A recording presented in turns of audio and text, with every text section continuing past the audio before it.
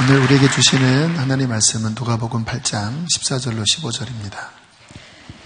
가시떨기에 떨어졌다는 것은 말씀을 들은 자이나 지내는 중 이생의 염려와 재물과 향락의 기운이 막혀 온전히 결실하지 못하는 자요.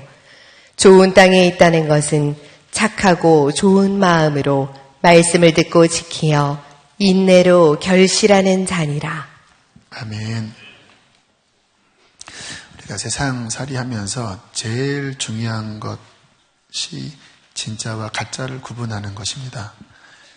보이스피싱에 당한 분들 보면 기가 막힌 수법으로 사람들을 속이더라고요. 작년에 김하준 장로님 오셨을 때 한 외부 교인이 저한테 오셔서 꼭 장로님을 만나고 싶다고 만남을 주선해달라고 하시는 거예요. 이게 좀 조심스러운 일이기 때문에 뭐 때문에 그러시냐고 이렇게 물어보니까 그림을 하나 가지고 오셨더라고요. 이렇게 사각형 곽으로 되어 있는 것 안에 두루마리로 말려 있는 그림이었습니다. 그림을 쫙 펼치니까 한 1.5m 정도 되는 그러한 그림이었는데 이 그림을 보여주시면서 이 그림은 중국의 유명 화백이 그린 그림인데 판매인이 이 그림이 김하준 장로님이 중국 대사 시절에 소장하고 계셨던 그림이라고 이야기하고 팔았다라는 거예요. 그래서 그게 맞는지 확인하고 싶다고 저한테 오신 거예요. 그래서 정말 어렵더라고요. 여러 요청들이 저에게 들어오는데 그래서 제가 그럼 사진을 찍어서 장로님에게 확인을 대신 해드리겠습니다 하고 적당한 기회에 그 사진을 보여드렸습니다. 그 장로님이 갖고 계신 사진 그림 맞습니까? 했더니 이렇게 보시더니 아니요, 처음 보는 그림인데요. 중국에 이런 사기가 많다고 하시더라고요. 그래서 이분이 당하셨구나 해서 만나 뵙고 정말 민망한 마음으로 모르신다는데요. 그분의 표정이요, 충격을 받으시는 표정이시더라고요. 꽤 비싸게 사셨나 봐요. 얼굴이 그냥 정말 간이 떨어지는 얼굴로 어찌할 줄 모르는 표정, 또 벌개지시면서 알았다고 하고 그리고는 가셨습니다. 정말 진짜와 가짜를 구분을 해야 이러한 일을 당하지 않는데, 근데 정말 우리가 진짜와 가짜를 구분해야 하는 것 중에 가장 중요한 게 나의 믿음이 진짜인가 가짜인가를 구분하는 것입니다. 그러니까 멀리 갈 필요 없고 여러분이 가지고 있다고 하는 그 믿음을 한번 꺼내 보셔서 이게 정말 진품인지 하나님께로부터 온 그 믿음인지 아니면 그런 일이 많거든요.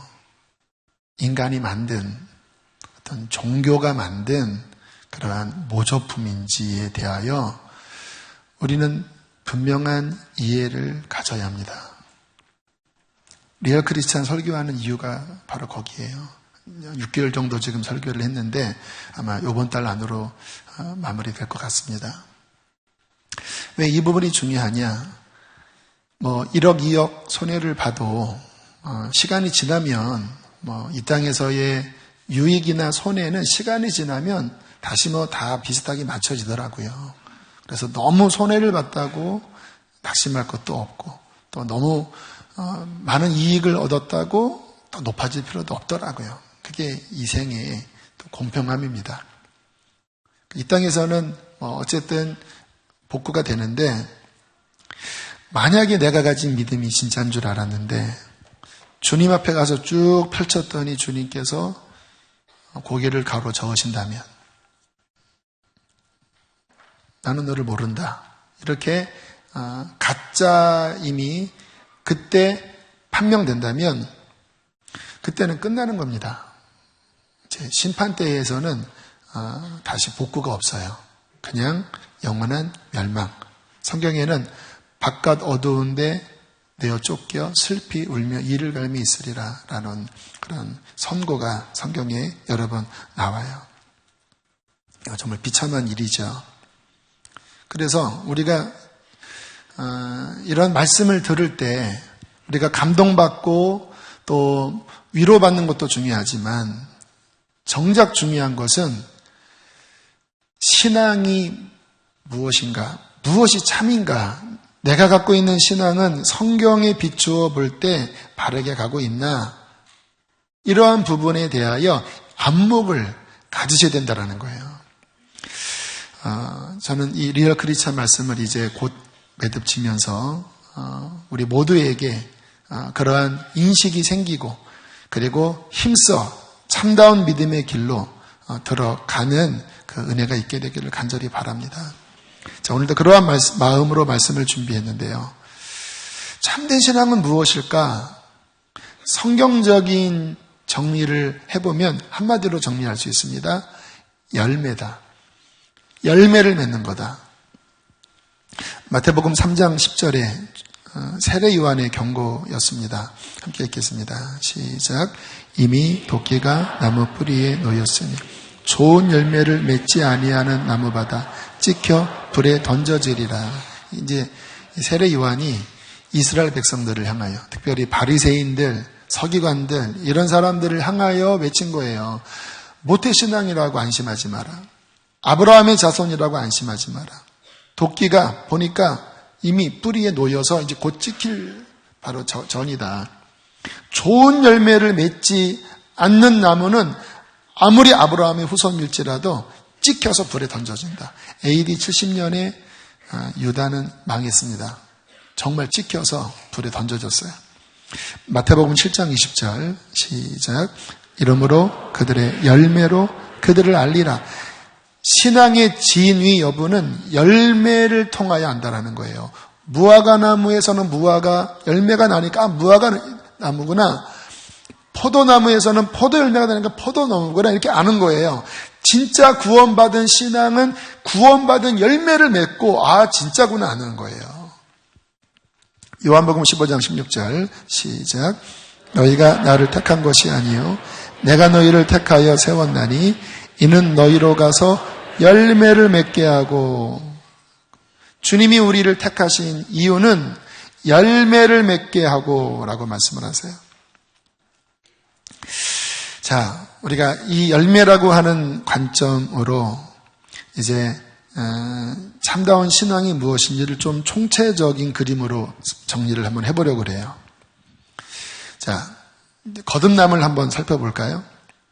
여러분, 거듭남, 구원은 무엇일까요? 지식이 아니라고 그랬죠? 복음이 들렸을 때 정말 내 중심이 회개하고 예수를 받아들이는 믿음을 가질 때 우리는 살아계신 예수님을 인격적으로 만나는 것입니다. 그래서 정말 구원받을 때 그 영혼이 살아계신 주님을 만나 감격하고 기뻐하는 것이죠. 그때 예수님의 생명이 내 안에 들어와요. 그래서 살아난다, 다시 태어난다, 생명이 들어온다. 이게 거듭남의 정의죠. 그런데 이게 시작인 거지요. 많은 교인들이 여기서 좀 오해를 갖고 있습니다. 나 예전에 어떤 부흥회에 또는 어떤 수련회에서 또 어떤 모임에서 나 거듭났습니다 하는 옛 추억을 기억하면서 거기에 안정감을 둬요.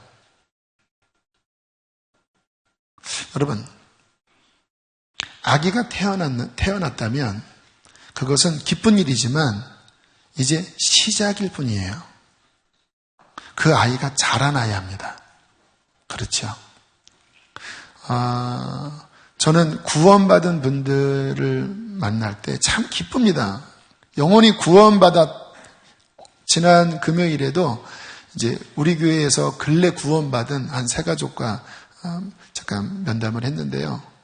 그냥 눈물이 그렇게 쏟아져서 예배 드릴 때, 말씀 들을 때, 또 가끔 예배당에 와서 기도하면 그렇게 눈물이 주체할 수 없어서 너무너무너무 감사하다고. 예전에 무당 섬기고, 그러니까 우상, 귀신 섬기고, 거의 반무당기가 있는 그러한 삶에서 참 힘들게 살아왔는데, 이제 내가 하나님 만나서 견딜 수 없는 이 감격에 어찌할 바를 모르겠다고 그렇게 이야기를 하시면 전 너무 기뻐요. 제가 그분에게 이렇게 말씀을 드렸습니다. 성도님이 걸어가는 이 신앙의 길에는 많은 싸움이 있을 것입니다. 그동안 우상을 섬겼던 것, 점쳤던 것, 또 죄악 가운데 살아왔던 것, 물론 예수님 믿음의 용서를 받지만 그렇게 뿌려놓은 많은 것들을 싸우면서, 그런 것들과 싸우면서 예수님을 의지해서 결국은 이렇게 변화되어져 가는 과정이 신앙의 과정이거든요. 보통 과거에 이러한 우상숭배를 많이 했던 분들이 처음 회심하고 되게 힘든 경험들을 많이 합니다. 악한 영의 공격들, 또 마음의 막 답답함들. 근데 이제 예수님이 돌아왔기 때문에 막 싸워 나가는 거거든요. 주님의 힘으로. 저도 그렇게 20대를 보냈어요. 제가 자매님에게 많은 싸움이 있을 것입니다. 이 싸움에 이겨야 합니다. 이겨야 열매까지 간다고. 만약에 이 싸움에 지면 열매를 못 맺고 실패할 수 있습니다. 하는 권면을 솔직하게 드려요. 왜요? 이게 사실이니까. 누가복음에 보면 주님께서 말씀하실 때 전쟁이 일어나는데 적군의 숫자를 보고 생각해서 싸움이 감당할 만하면 싸워야지, 만약에 싸움이 안 되면 미리 화치내라라고 하는 말씀이 나와요. 그것은 뭐냐면 이 가는 길을 분명하게 인식하고 대가 지불을 해야 된다는 거예요. 그거 할 마음이 없으면 시작도 하지 말라는 거예요. 여러분, 예수님 믿는 거듭남 최고의 기쁨이고 축복이지만 이 걸어가는 길은 자기를 부인하고 십자가 지고 걸어가는 길이잖아요. 만만치 않아요. 이야기 해줘야죠. 이 싸움은 만만치 않습니다. 그러나 싸우셔야 합니다. 자, 그렇기 때문에 이제 거듭난 분들이 그 다음 신경 써야 될 것이 뭐냐면 신앙을 성장하게 하는 부분이에요. 아기가 태어나서 온 가족이 기뻐하지만 이제 엄마와 온 가족이 관심은 무엇입니까? 이 아이를 자라게 하는 거예요. 젖을 주고 이유식도 주고 또 예방접종도 하면서 많은 질병과 많은 어려움을 뚫고 이 아이가 정상적인 성인으로 성장시키는 게 부모의 책임인 것처럼 정말 거듭났다면 그 다음에 중요한 것은 뭐냐면 내 신앙이 자라나고 있는가? 왜 이 부분이 참 제가 간절한 마음이 드냐면요. 정말 많은 분들이 거듭났는데 신앙이 멈춰버렸어요. 솔직히 멈춘 건 없습니다. 퇴보하는 거예요. 신앙은 성장하든지 퇴보하든지 둘 중에 하나밖에 없습니다. 멈추지 않아요. 올라가든지 주님 안에 있으면 올라가는 거고 다시 떨어지면 다시 떨어지는 거고 그런 거거든요. 근데 너무 놀라운 게 10명이 시작하면 굉장히 많은 숫자가 떨어져 버려요. 정말 떨어져 버려요. 안타까워요. 구원받았는데 실족하고 한때 은혜 받아서 잘 자랐는데 어느 시험에 딱 걸려서 그거를 넘지 못하고 이제는 그냥 맥없는, 정말 열정 없는, 하나님과의 동행이 없는 죽은 신앙생활을 하는 분들이 너무 많아요. 그래서 진짜 중요한 것은 저는 거듭남보다 어떻게 이 시험을 뚫고 성장하여 열매를 맺는 데까지 가는가가 너무 중요합니다. 제 설교의 아마 80% 이상, 금요성령 집회 때는 주일 설교의 80% 이상은 실은 이 부분이에요. 왜요? 이 성장을 향하여 나아가는 게 불가능한 건 아닙니다. 그러나 만만치 않은 싸움이기 때문에 제가 이 원리에 대하여 어떻게 해야 이 시험을 뚫고 나가는지, 어떻게 해야 성장하는지, 왜 성장을 못하는지를 제가 간절하게 말씀을 드리는 것입니다. 자, 어떻게 잘할 수 있을까? 핵심은요, 하나입니다. 요한복음 15장 5절. 함께 읽겠습니다. 시작. 나는 포도나무요 너희는 가지라. 그가 내 안에 내가 그 안에 거하면 사람이 열매를 많이 맺나니 나를 떠나서는 너희가 아무것도 할 수 없습니다. 스스로 잘할 수 없습니다. 잘하는 비결은 하나밖에 없어요. 주님 안에 거하는 것. 주님이 내 속에 온전히 거하시는 것. 무슨 의미냐면 예수님과 건강하고 맑고 좋은 관계를 계속 지켜나가야 된다는 거예요. 이게 거한다고 하는 의미입니다. 주님과 나 사이에 막히지 않도록 영적으로 순결하게 그리고 깨끗하고 충만하게 이 관계를 잘 유지해 나가라는 거예요. 그러면 주님이 내 안에 거하시고 나는 주님 안에 있고 그러면 뭐가 걱정입니까? 주님이 내 안에 계신데 암이 걸린들 사업이 망한들 그게 뭐 큰일입니까? 주님이 내 안에 계신데 성경에 복은 주님이 함께하는 거예요. 창세기부터 계시록까지 보세요. 주님과 함께했던 사람은 홍수가 나고 모든 것들이 다 끝난 것 같은 상황이 온다 할지라도 주님과 함께 있는 사람은요 결국은 그거 다 이깁니다. 성경을 그 안목으로 보세요. 다 복받은 사람들은 결국 하나님과의 관계를 잘한 사람들이에요. 지난주에 말씀드렸던 요셉이 어디에 가든 하나님이 그와 함께 하셔서 형통했거든요. 겉으로 보면 종살이 했고 감옥에 들어갔고 아무튼 어려웠어요. 그러나 형통했어요. 왜 형통했다고 말씀할까요? 그는 하나님과 관계를 잘 맺고 있었거든요. 그래서 어디 있든지 주의 임재가 그와 함께하고 있었어요. 그러니까 어느 기간이 됐을 때 화가 변하여 복이 되어버리잖아요. 저는 주님을 믿은 후에 제 삶에 지금까지 1순위는 주님과의 관계에 있습니다. 늘 주님의 은혜 안에 있으려고 몸부림치며 여기까지 지내오고 있어요. 쉬운 일은 아니더라고요, 정말. 왜냐하면 이 세상의 영이 흐릅니다.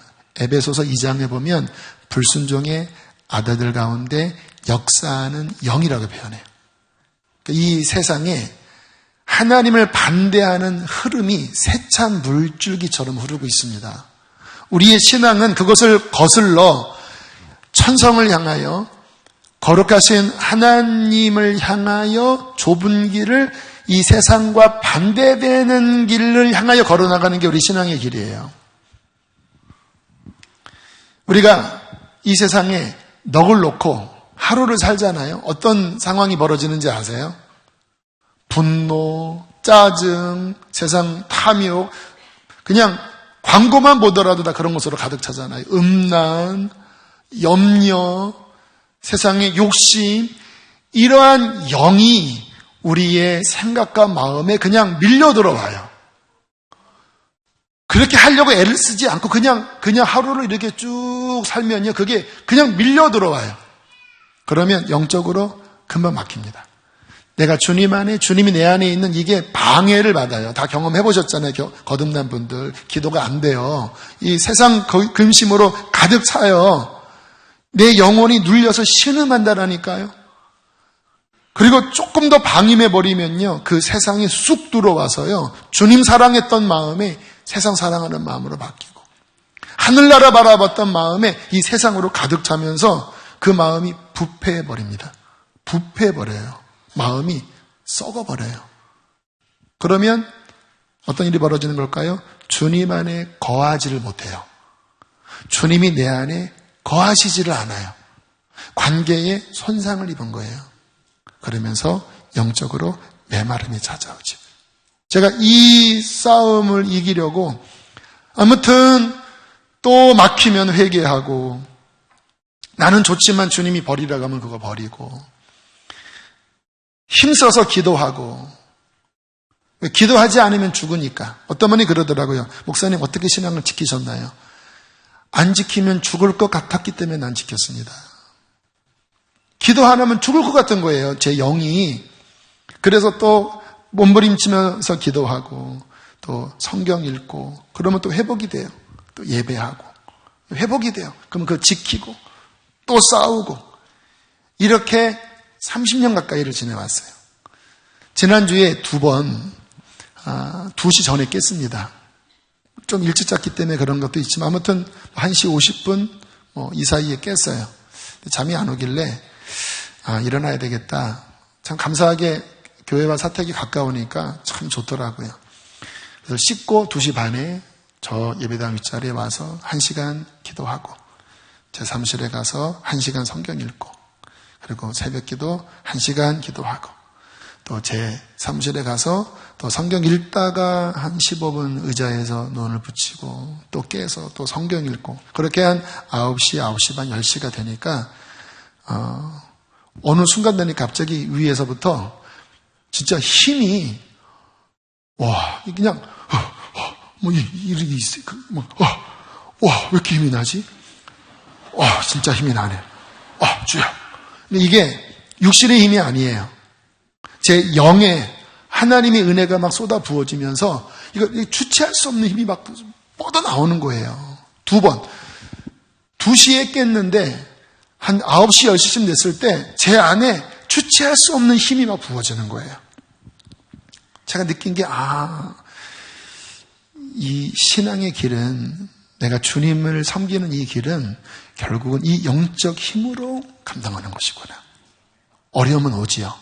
그러나 내 안에 주님이 계시고 내가 주님 안에 있으면 그 주님의 능력과 그 주님의 사랑과 지혜와 힘으로 뚫고 나가는 것, 이게 신앙생활이구나. 얼마나 기뻤는지 몰라요.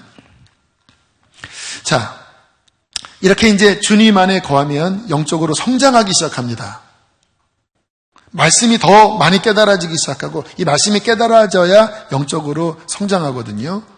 그리고 삶의 잘못된 부분들이 이렇게 정리가 되면서 영적으로 성장해요. 예배할 때마다 더 깊이 하나님 앞에 들어가요. 이제 그렇게 되면 그 다음 단계가 뭐냐면 내 안에 계신 주님이 나를 사용하시기 시작해요. 이건 놀라운 경험입니다. 죄인이 하나님의 종이 되어 하나님의 거룩한 일에 쓰임받는 것. 얼마나 기쁜지, 얼마나 영광스러운지. 20대 초에 제가 이 찬양을 부르면 그렇게 눈물이 났습니다. 지금도 기억납니다. 어느 기도원에서 이 찬양을 부르는데 그렇게 제 영혼 깊은 곳에서 뜨거운 눈물, 감동의 눈물. 그 김석균의 죄악에 썩은 내 육신을 주님이 쓰시려 했네. 죽음의 덫에 걸려있는 몸 주님이 쓰시려 했네. 속죄하는 손 치료하시고 속죄하는 발 치유하셨네. 새 생명 얻어 이 몸 다 바쳐 주님께 영광 돌리리. 먹물로 칠한 내 육신을 주님이 희게 하셨네. 십자가 보혈 증거하라고 주님이 살리셨네. 기도할 때에 음성 주시고 찬송할 때에 기쁨 주시네. 내 작은 입이 내 작은 몸이 주님의 붙들린 자라. 거의 뽕짝풍으로만 부르는데 그렇게 막 너무 뜨거운 거예요. 나 같은 죄인을 하나님이 부르셔서 하나님의 일에 나를 쓰신다고 하니 하나님 평생 갚아도 빚진 자 되어 주님의 빚진 자 되어 주님 가신 길 택하였건만 눈물만 솟구치네. 생명 주시니 주님이시라. 능력 주시니 주님이시라. 말씀 전하여 복음 전하여 주님의 빚을 갚으리. 그렇습니다. 평생 갚아도 내가 내 생명을 다 드려 평생 갚아도 저는 주님 앞에 아버지 빚진 자가 되어 하나님 다 갚을 수 없는 사랑의 빚, 예수님 보혈 생명의 빚을 저는 졌습니다. 주님 왜 이렇게 눈물이 나는지요. 이 찬양을 부르면서 성령님이 내가 너를 그렇게 쓸 거야. 너는 나의 종이 되고 이 귀한 생명의 복음을 전하여 영광을 돌려라. 이러한 감동을 이 찬양 중에 제안해 주셨습니다. 그래서 여기까지 제가 아무튼 넘어지지 않고 다시 또 일어나서 잘 왔어요. 이렇게 지나와서 보니까 이게 너무너무 좋은 거예요. 여러분, 우리가 사람을 구원할 수는 없습니다. 구원은 하나님과 어린 양께 있습니다. 그런데 주님이 누군가를 구원하실 때 누구를 쓰시냐면 주님 안에 있는 그 사람을 쓰세요. 그래서 성경에 하나님이 우리를 동역자라고 부르십니다. 동역자. 이게 축복이죠.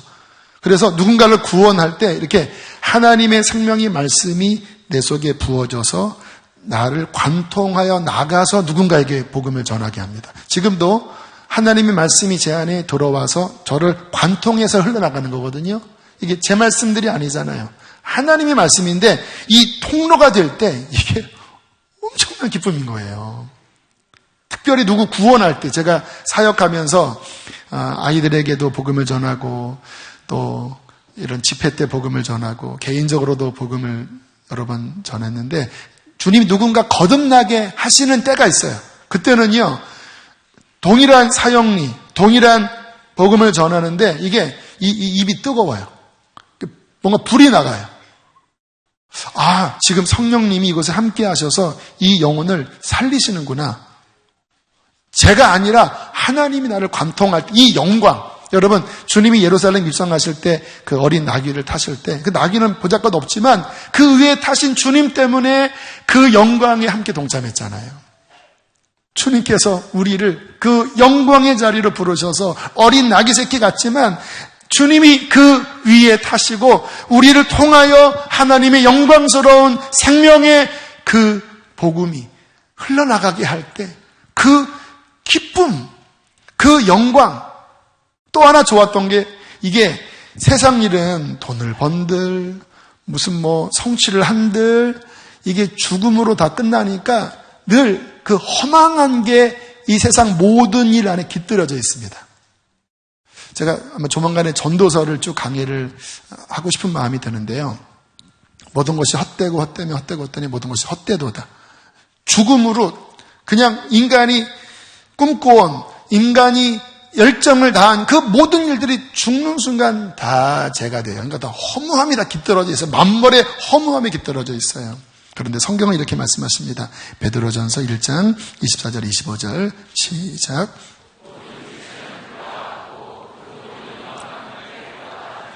풀은 마르고 꽃은 떨어지되 오직 주의 말씀은 세세토록 있도다 하였으니 너희에게 전한 복음이 이 말씀이라.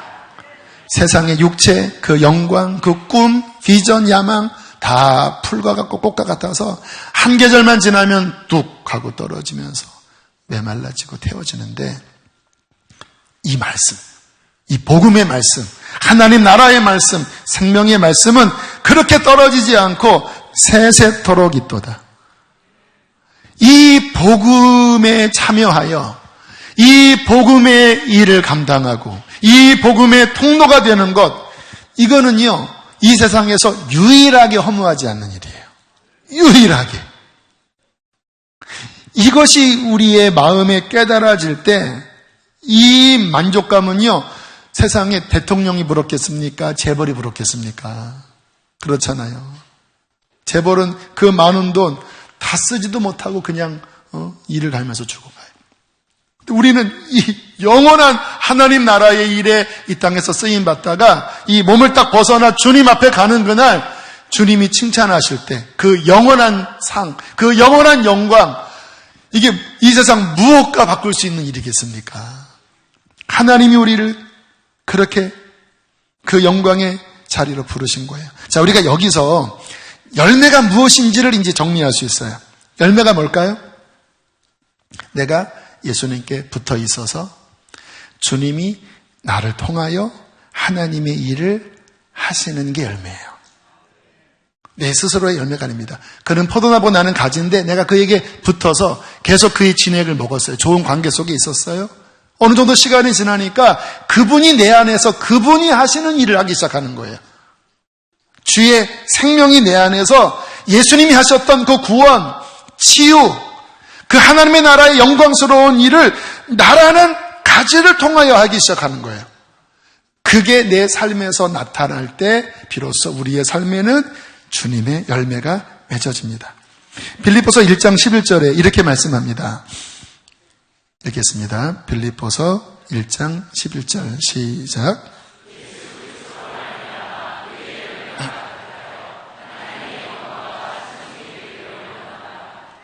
자, 보세요. 내 스스로 열매 맺는 게 아니죠. 예수 그리스도로 말미암아 그분의 진액으로 말미암아 이제 내 삶에 하나님의 일이 막 일어나는데 그게 의의 열매라는 거예요. 이 의의 열매가 가득해질 때 어떤 일이 벌어집니까? 하나님께 영광이 되고 하나님의 찬송이 되는 내 인생 자체가 주님의 일이 일어남으로 말미암아 의의 열매를 맺음으로 말미암아 하나님께 영광 돌리는 찬양하는 복된 주님의 가지가 된다라는 거예요. 할렐루야.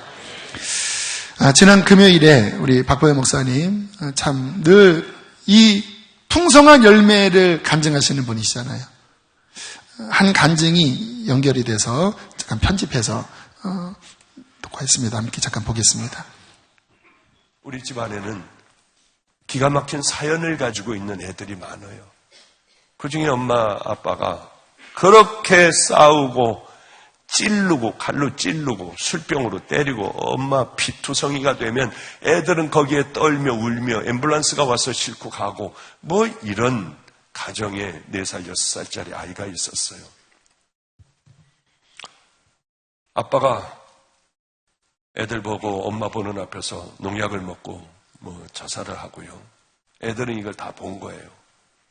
엄마는 방문 다 걸어 잠그고 4살, 6살짜리 아이들 자는데 연탄불을 몇 개를 번개탄 뭐 이런 걸 펴놨어요. 도망갈까봐 아이들 허벅지를 자기 허벅지로 이 가느다란 아이 다리를 꽉 꽈가지고 늘어진 아이들을 꽉 꽈가지고 도망가서 살까봐요. 엄마도 죽고 기가 막히게 아이들은 살았어요. 신음소리가 나 문을 열어보니 그 지경이 돼서 경찰들이 와가지고 그 다리 열고 애들을 꺼냈을 땐 애들 다리는 다 썩어 있었습니다. 서울대학교로 갔는데 빨리 애들 다 다리 잘라내야 된다. 그 아이들은 다리를 자르고 절로 보내기로 했습니다. 절로 보내기로 했는데 무조건 그 삼촌인 보호자를 데리고 무조건 끌고 하여튼 마가의 다락방에 목요일 날 왔는데 여기에서 불교 신자가 은혜를 받은 거예요. 그래가지고 우리 애를 절이 아니라 저 사람에게 맡겨야겠다. 그 다음날로 아이들 붕대가 이만큼 아이들 이렇게는 그 붕대째로 데리고 왔는데 애들이 이렇게 하고 겨다니더라고요. 들어왔는데 썩은 내가 나요. 다 나가라고 했습니다. 이 아이들과 나만 있게 해달라. 벽에다가 이렇게 앉혀놓고 너희들 지금서부터 내가 하는 얘기를 잘 들어야 해. 니네 다리가 어떤 다리인지 봐라. 얘네들은 다리를 못 봤어요. 풀르기 시작을 했어요. 이만큼 가느다란 다리. 풀르면서 제가 충격을 받았습니다. 다 썩어서 근육이 뭐고 다 썩어져 있더라고요. 얼마나 놀랬는지요. 똑바로 지금 이걸 기억해야 돼. 너희 하나님께서 너희들에게 어떻게 하시는지 너희들은 기억해야 해. 그리고 아이들을 붙들고 기도했어요. 하나님, 저에게는 하나님께서 달란트를 주셨습니다. 좋은 종들을 만들어낼 수 있는, 훈련을 시킬 수 있는 그 달란트를 주셔서 버려진 애들이 여기까지 왔어요. 저에게는 할 수 없는 일이 있습니다. 이 아이들 다리를 고치는 거. 하나님께서 이 아이들 다리를 고쳐주시면 저는 이 아이들을 세계를 다니며 복음을 전하는 귀한 종이 되게 할게요. 그러나 저는 다리를 고치지 못하잖아요. 하나님, 이 순간에 이 불쌍한 아이들 악을 쓰고 울고 있었고요. 저는 그렇게 기도했어요. 지금 4학년, 6학년이 됐어요. 2년 전인가요? 목사님, 얘가 달리기 1등 했어요. 그런데 눈물이 확 날라고 하더라고요. 그런데 의사로부터는 무슨 얘기를 들었냐면 성장판이 얘네들은 다 죽었다. 그러니까 얘네들은 자랄 수가 없고 이제 가면서 점점 커가며 이렇게 될 것이라는 얘기를 해줬지만은 그래 몇 달 전에 인하대학병원을 데려갔는데 너희들 왜 컸어? 아니 너희들이 걔네들 맞아? 아니 너희들이 이렇게 클 리가 없는데 왜 이렇게 컸어? 하더니 빨리 검사를 해보자 하더니 검사를 해보니까 성장판이 그대로 다 살아났대요. 애들은 잘 커가고 있었어요. 너무 감사했어요. 그리고 그 기쁜 소식을 안고 저는 5주간의 해외 집회를 이제 쭉 다니는 가운데 연락이 왔더라고요. 목사님, 얘네들 학교 전체에 장애물 경기가 있었대요. 장애물을 놓고 애들 막 뛰는데 그런데 목사님, 장애물 경기에 얘가 1등을 했어요. 아는데 눈물이 확 나더라고요. 주님이 고치셨으니 이 아이들 생명을 다해 믿음의 종의 길을 걸어가게 할 거예요. 우리 집안에는 우리가 살면서 주님이 나라는 부족한 자를 사용해서 하나님의 생명의 일이 나의 삶 주변에 일어나 열매를 맺는 것. 우리가 예수님 믿는다면 반드시 이 경험을 해야 되지 않겠습니까? 5년 지나고 10년 지나고 15년 지나고 20년이 지나도 늘 예배당은 여전히 시계추처럼 왔다 갔다 하는데 나의 삶에는 여전히 내 자아에 그냥 나를 위해 살고 내 근심걱정 때문에 눈물 흘리고 그냥 나만을 위해 사는 이 열매만 맺다가 어떻게 주님 앞에 가겠습니까? 우리도 밭에다가 뭐를 심으면 시간이 되면 소출을 바라잖아요. 하나님께서 내 안에 생명으로 들어오셔서 그분의 원하시는 게 열매인데 좋은 나무에서 좋은 열매를 맺는 건데 5년, 10년, 15년, 20년 지나도 아무런 주님의 일이 일어나지 않는다면 한번 상식적으로 생각해 보세요. 진짜일까요? 그 신앙이 진짜일까요? 너무나 많은 분들이 여기에 큰 착각에 빠져 있어요. 마치 유명 화백의 그림을 가짜로 소장하고 있다가 낭패를 겪은 것처럼 그냥 교회 다니면 나는 신앙생활을 하는 거라고, 나는 천국은 따놓은 거라고 그렇게 착각을 해요. 근데 주님은 말씀하시잖아요. 열매로 네 나무를 안다. 내가 네 안에, 네가 내 안에 거하고 그리고 정말 네가 내게 나아가면 나의 아름다운 열매를 맺을 때 그때 하나님이 영광을 받으시는 거다라고 말씀을 하시잖아요.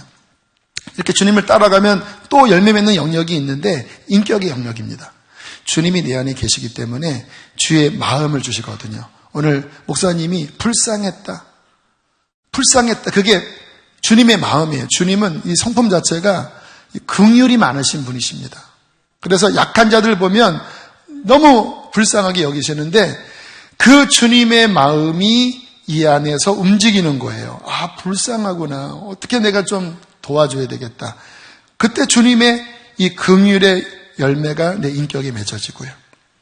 또 억울한 일을 당하고 또 정말 상처받는 일을 생길 때 나는 정말 그 사람이 밉고 용서하기 어렵지만 주님께서 내 안에서 나는 너희의 죄를 지고 십자가에서 억울한 일을 당하면서도 내가 값없이 용서하고 죄인들을 위하여 기도하고 그리고 너 같은 자를 구원했잖아.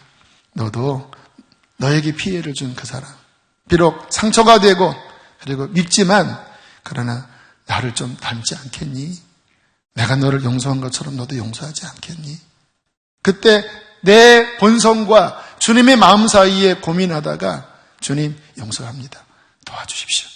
이렇게 하면 그 주님의 온유한 성품, 그 주님의 성품이 내 안에 흘러 돌아와서 나를 변화시키는 거예요. 주님이 그러한 열매를 찾으신다라는 거예요.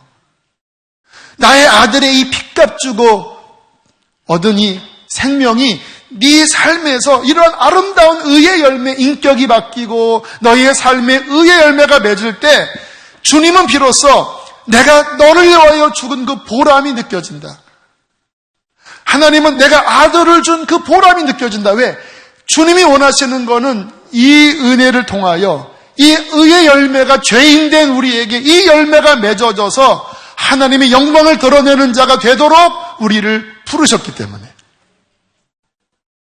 왜 우리 안에 이러한 주님의 마음, 이러한 인식이 없이 열매가 없는데도 내 신앙의 성장이 없는데도 내가 주님 안에 거하지 않는데도 왜 아무 문제의식이 없지요? 요한복음 15장 2절에 보면 이렇게 말씀하십니다. 우리 함께 읽겠습니다. 시작. 열매를 맺는 가지는 더 열매를 맺게 하려 하여 그것을 깨끗하게, 이게 축복입니다. 오늘 말씀 간증의 이런 목사님 같은 경우는 그렇게 주님 믿은 다음에 정말 열매를 맺는 이쪽으로 나가니까 주님께서 그 삶을 다 이렇게 또 정리시켜 주시고 더 은혜를 부어 주시면서 엄청난 열매를 맺도록 그의 삶을 변화시키시잖아요. 그래서 보니까 영적인 부익부 빈익빈이더라고요. 이렇게 열매를 맺는 쪽으로 가는 사람은 더 삶이 정화가 돼서 더 열매를 맺는 쪽으로 그 사람이 나아가고요. 이제 열매를 안 맺는 불순종으로 가면요, 있는 것도 다 잃어버려서 나중에는 진짜 쭉정이가 되더라고요. 자, 이렇게 성장하고 열매 맺는 데 있어서 정말 중요한 요소 마지막으로 말씀을 드리려고 해요. 성령께서 이 부분을 계속 제 마음에 감동하셨는데, 어떤 사람이 성장하고 그리고 풍성한 열매를 맺는가? 어떤 사람은 왜 구원은 받았는데 왜 정체되고 퇴보하는가? 요인이 있어요. 요인이. 순종입니다. 순종. 오늘 설교 제목, 예수님께 순종해야 성장한다.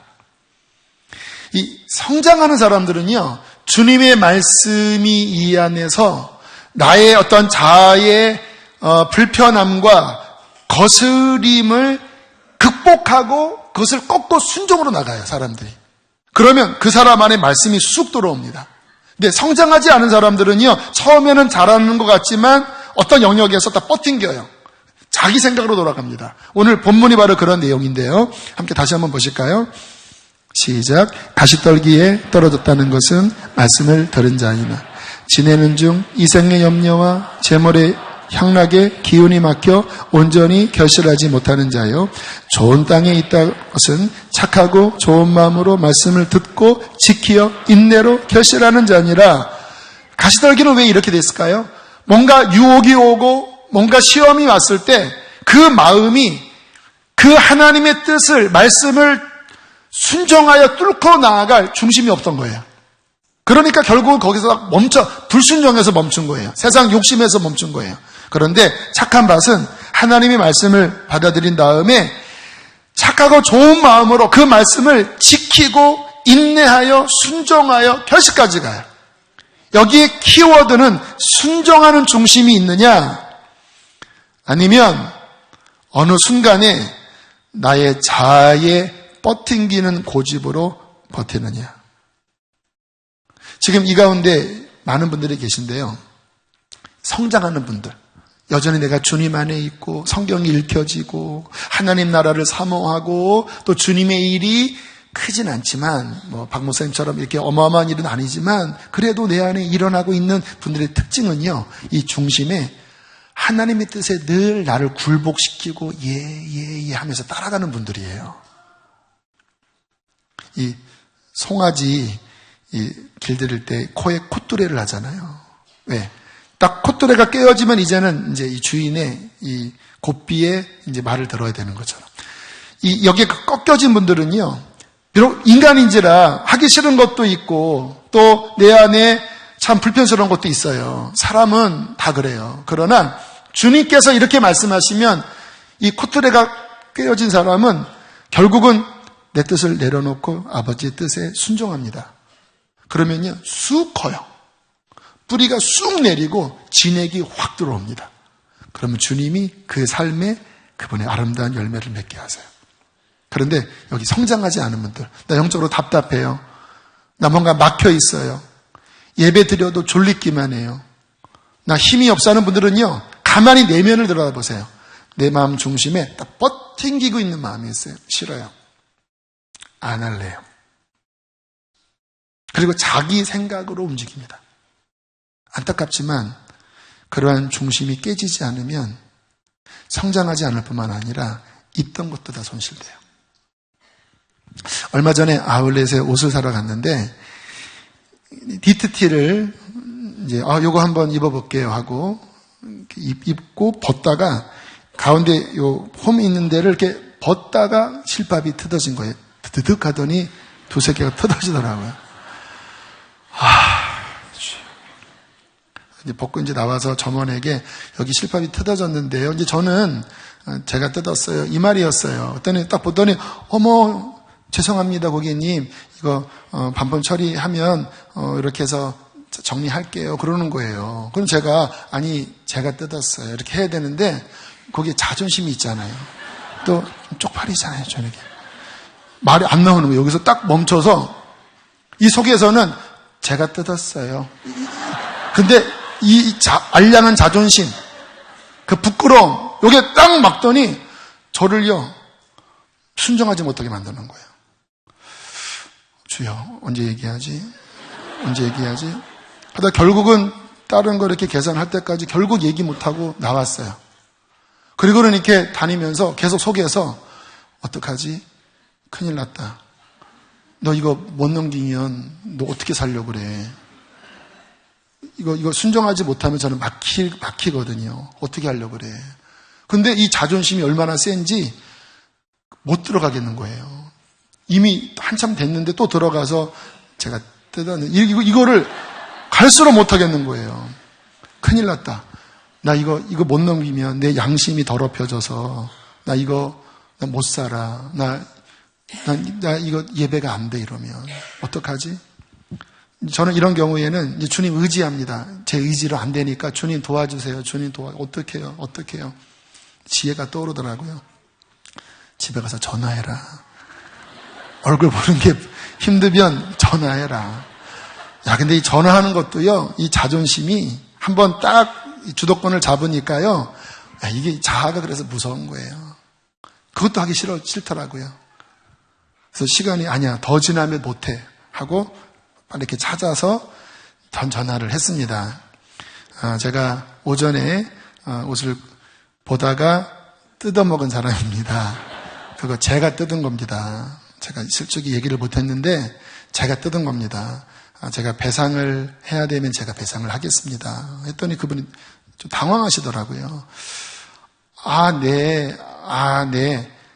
아니, 이런 일이 있는데, 이런 거는 다시 이렇게 본사로 가면 잘 수선해서 다시 깨끗해서 나오는 거니까, 고객님, 신경 쓰지 마십시오. 감사합니다. 그러더라고요. 이런 경우 별로 없으니까, 고맙습니다. 하더라고요. 딱 제가 그 말까지 듣고, 살았다. 하고, 전화를 끊고, 제 소파에 이렇게 누웠어요. 어떤 분들은, 목사님, 왜 이렇게 별나요?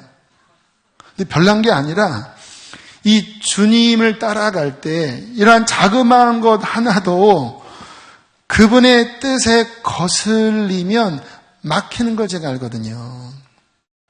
이러한 영역에 좀 자존심도 힘들고 좀 불편하지만 순종을 해야 제가 강단에서 이렇게 말씀을 전할 수 있는 거 아세요? 지금 제가 이렇게 전할 때 혹시 은혜 받는 분이 있다면 제 어떤 게 아니에요. 제가 이렇게 순종하고 싸우려고 하다 보면서 하나님과의 관계를 그래도 유지하니까 주님의 어떠한 영향력이 흐르니까 여러분들 은혜 받으시는 거예요. 이게 막히잖아요. 좀 바보입니다. 제 말에 영향력이 없어요. 여러분의 마음을 못 움직여요.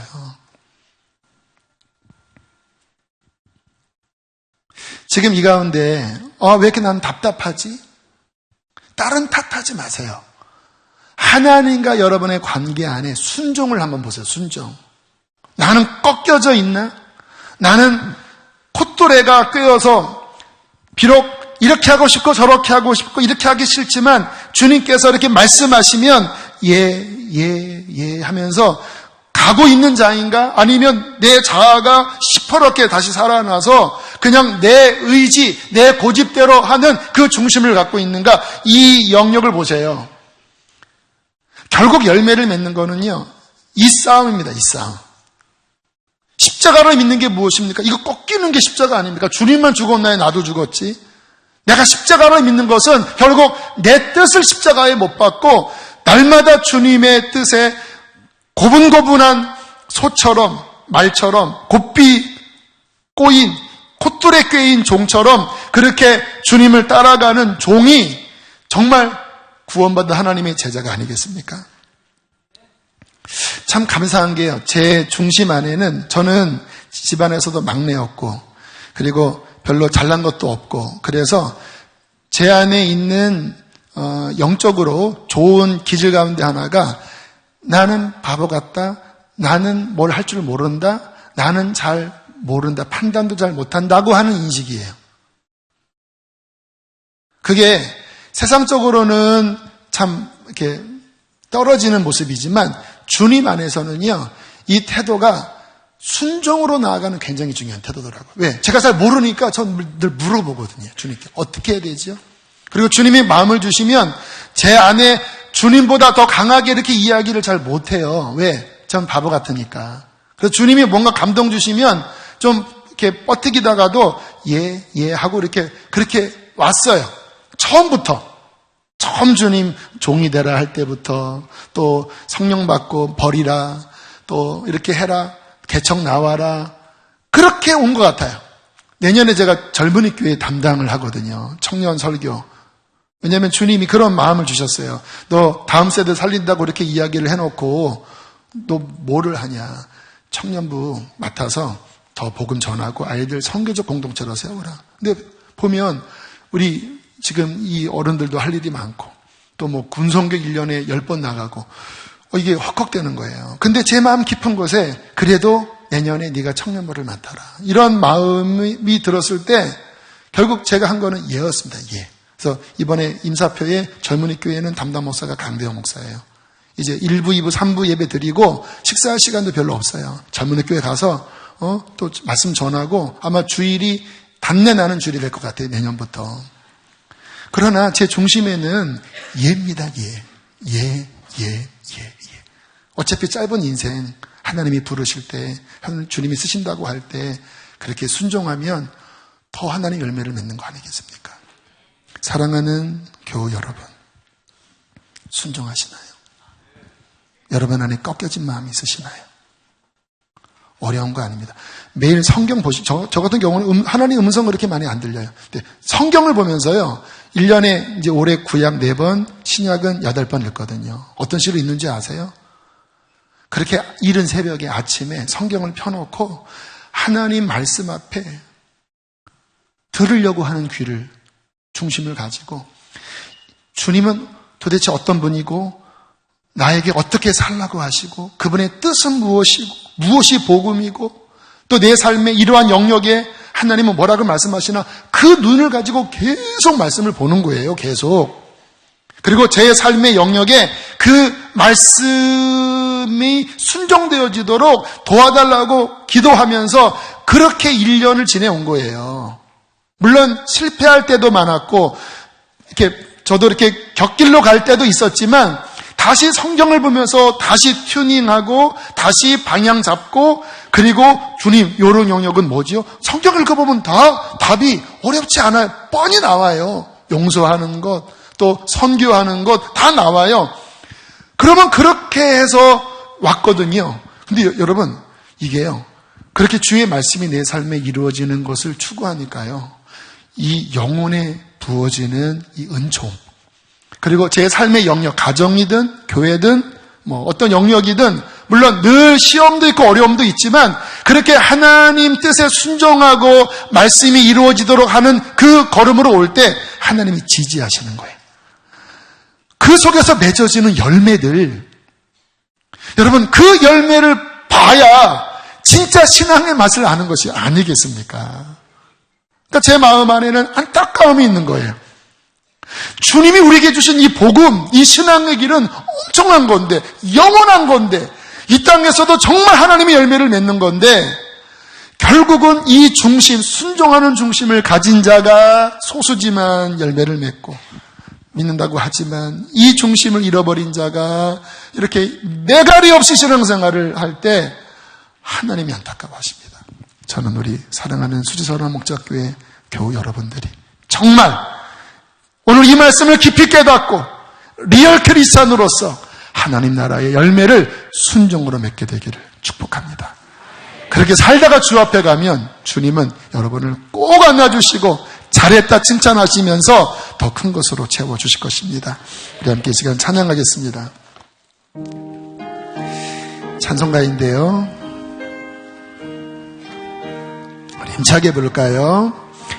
주의 말씀 듣고서 준행하는 자는 반석 위에 터닫고 집을 지음 같아 비가 오고 물나며 바람 부딪혀도 반석 위에 세운 집 무너지 잘 짓고 잘 짓세 잘 짓고 잘 짓세 우리 집 잘 짓세 만세 반석 위에다 우리 집 잘 짓세 2절입니다. 주의 말씀 듣고도 행치 않는 자는 모래 위에 터닫고 집을 지음 같아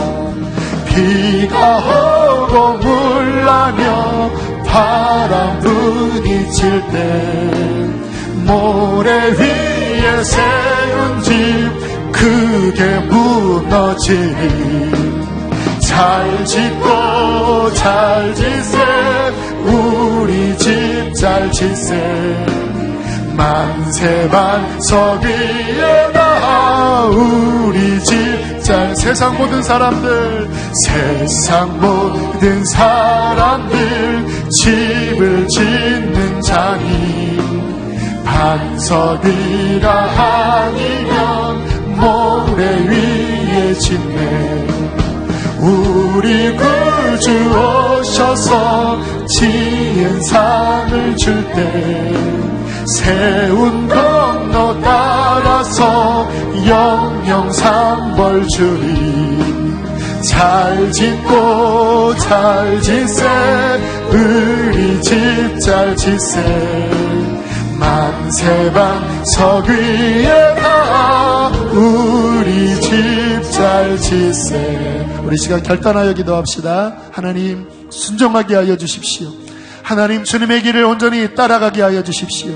그리하여 나의 삶에 하나님을 위한 아름다운 열매가 예수 그리스도로 말미암아 맺어지게 하여 달라고 우리 주여 한번 부르시고 기도하시겠습니다.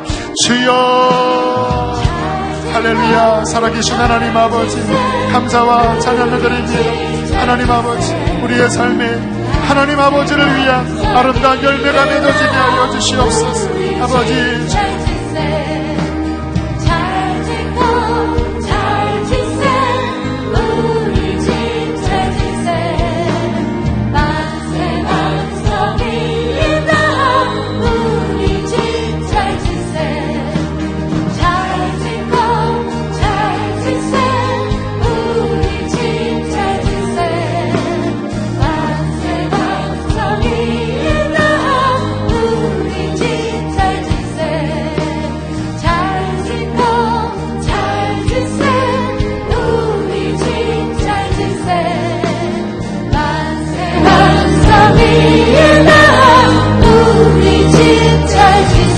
하나님 신앙의 집을 잘 짓게 하여 주십시오.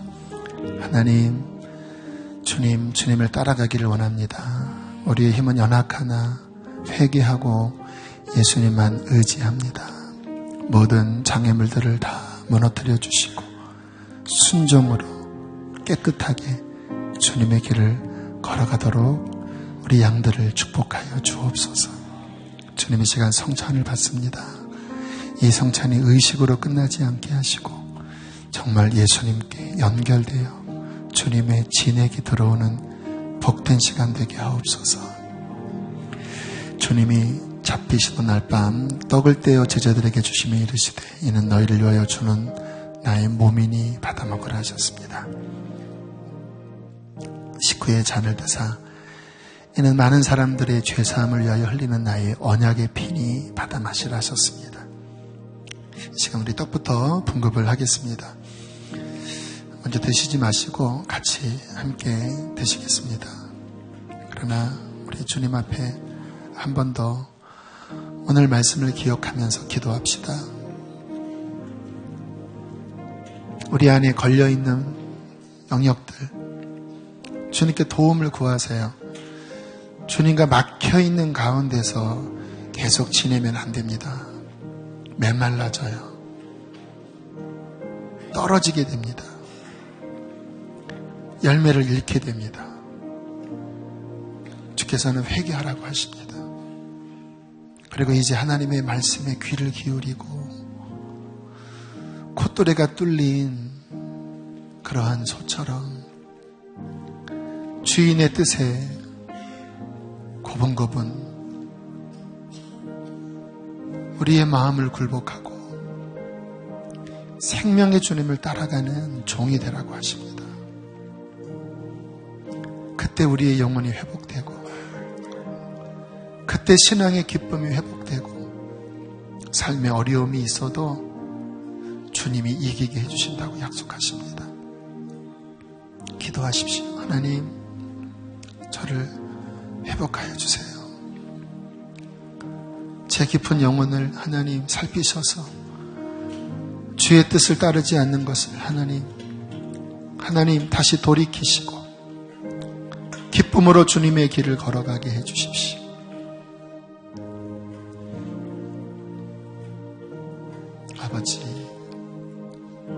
아버지, 하늘의 문을 여시고 성령이 빛으로 오셔서 우리의 영혼을 밝히시고 회복하여 주시옵소서.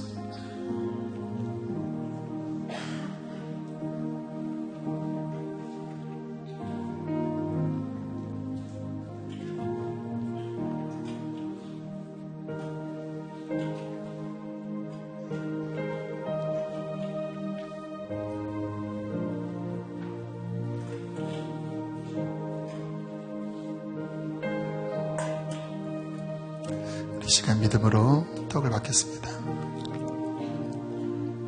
우리 이어서 잔도 분급을 받습니다. 역시 먼저 드시지 마시고 잔을 붙잡고 기도하는 시간을 갖겠습니다. 주님께서 말씀하셨습니다. 나의 피를 마시지 않는 자는 내 안에 거하지 못한다. 그러나 나의 살을 먹고 나의 피를 마시는 자는 내가 그 안에 거하고 그가 내 안에 거한다고 말씀하셨습니다. 예수님의 피가 우리의 영혼에, 예수님의 피가 우리의 마음에 가득 채워져서 오직 예수의 피에 젖은 자가 될 때 우리는 주님의 길을 힘써 따라갈 수 있습니다. 이 시간 기도하십시오. 주님의 보혈이 필요합니다. 주님의 흠없는 보혈로 다시 나를 채워주십시오. 주님을 거역했던 모든 완고함들과 주님 모든 방황했던 것들을 회개하오니 다 씻어주시고 다시 주님을 뜨겁게 사랑했던 그 마음 회복하여 주님과만 동행하게 하여 주십시오. 하나님과 함께하는 것이 가장 큰 복이라고 하셨는데 하나님 그 삶을 다시 회복하기를 원합니다. 나의 안에 거하라. 나도 너희 안에 거하리라. 그가 내 안에 내가 그 안에 있으면 이 사람은 과실을 많이 맺나니 너희가 나를 떠나서는 아무것도 할 수 없느니라. 하나님, 주님 안에 거하기를 원합니다. 주님의 보혈이 내 안에 거하기를 원합니다.